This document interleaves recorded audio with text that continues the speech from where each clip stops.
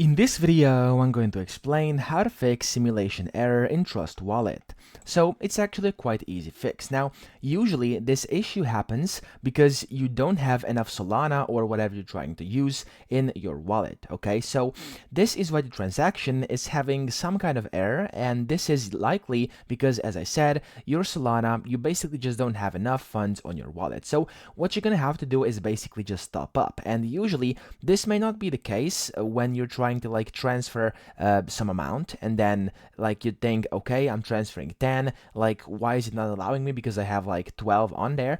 Well, usually this is gonna be because you actually don't have enough Solana or whatever it is remaining to actually cover the fees for the transaction. So in case you're trying to, for example, send all you have on a wallet, that maybe, of course, it's not gonna be enough because the fee cannot be paid since you're trying to transfer everything. Now, this is usually the reason why this will happen. So what I would recommend is that you top up your wallet with either Solana or, of course, whatever you're trying to do, whatever coin you are using. And after you do this, this should be enough to cover the transaction fee, and then your issue should be resolved. So that's pretty much it. I hope this video helped you out. If it did, please subscribe to the channel and help me out as well.